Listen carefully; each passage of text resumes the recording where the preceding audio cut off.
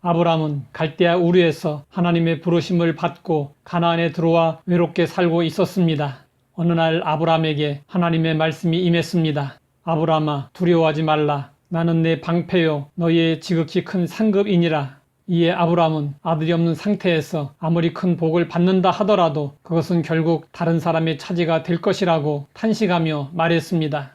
하나님은 아브라함에게 하늘을 우러러 보게 하시고 하늘의 별들을 셀 수 있는지 보라고 하셨습니다. 그리고 아브라함에게 말씀하셨습니다. 내 자손이 이와 같으리라. 아브라함이 이를 믿으니 하나님은 이를 그의 의로 여기셨습니다. 이때 아브라함이나 사레는 나이가 많아 현실적으로 아들을 낳을 수 있는 가망이 없었습니다. 그런데 어떻게 그의 자손이 하늘의 무수한 별들처럼 될 수 있을까요? 이 사실을 믿으려면 모든 이성적 사고와 경험을 철저히 무시해야만 합니다. 실제로 아브라함은 그렇게 했습니다.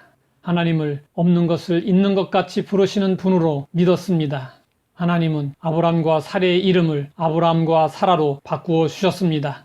아브라함은 많은 무리의 아버지라는 뜻이고 사라는 여주인이라는 뜻입니다. 자식도 없는 부부가 서로를 향해 많은 무리의 아버지, 여주인이라고 부르는 모습을 상상해 보십시오. 없는 것을 있는 것처럼 불렀던 아브라함의 믿음은 참으로 대단합니다. 오늘날의 교인들이 아브라함과 같이 행한다는 것은 상상하기도 어렵습니다. 만약 누가 그러한 믿음을 가졌다면 그를 비웃거나 광신자로 간주할 것입니다. 하나님은 천지를 창조하신 분이십니다. 하나님은 태초에 우주 만물을 무에서 창조하셨습니다. 아브라함은 창조주 하나님을 믿었기 때문에 없는 것을 있는 것 같이 부를 수 있었습니다. 우리도 아브라함과 같은 믿음을 가지고 하나님의 약속이 당장 이루어지지 않는다고 해도 반드시 이루어질 줄로 믿고 마음속으로 바라보며 없는 것을 있는 것 같이 입으로 시인해야 합니다. 인도 선교사 스탠리 존슨 목사님이 어느 날 중풍으로 쓰러졌습니다. 주변 사람들은 그의 병세를 보고 다시 일어나는 것은 불가능하다고 믿었습니다. 그러나 스탠리 존슨 목사님은 야고보서 5장 15절의 말씀을 믿었습니다. 믿음의 기도는 병든 자를 구원하리니 주께서 그를 일으키시리라. 그는 병실을 출입하는 간호사들에게 나사렛 예수 그리스도 이름으로 명하노니 존슨아 일어나라는 말을 해달라고 부탁했습니다. 이 소문이 병원에 퍼졌습니다.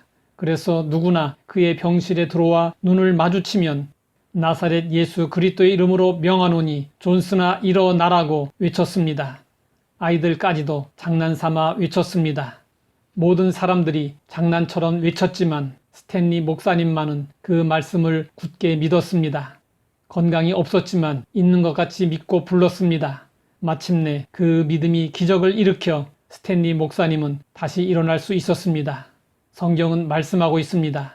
믿음은 바라는 것들의 실상이요 보이지 않는 것들의 증거니 비록 지금 보이지는 않지만 보는 것처럼 지금 가지고 있지는 않지만 가진 것처럼 우리가 입으로 시인할 수 있느냐 없느냐 이것이 참된 믿음의 여부를 가리는 시금석입니다.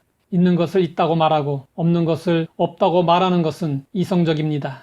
이성을 가진 사람이라면 누구라도 간단히 그렇게 말할 수 있습니다.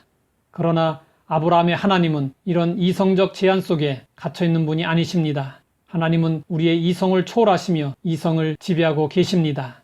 우리의 믿음은 없는 것을 있는 것처럼 부르시는 하나님을 믿는 믿음이어야 합니다.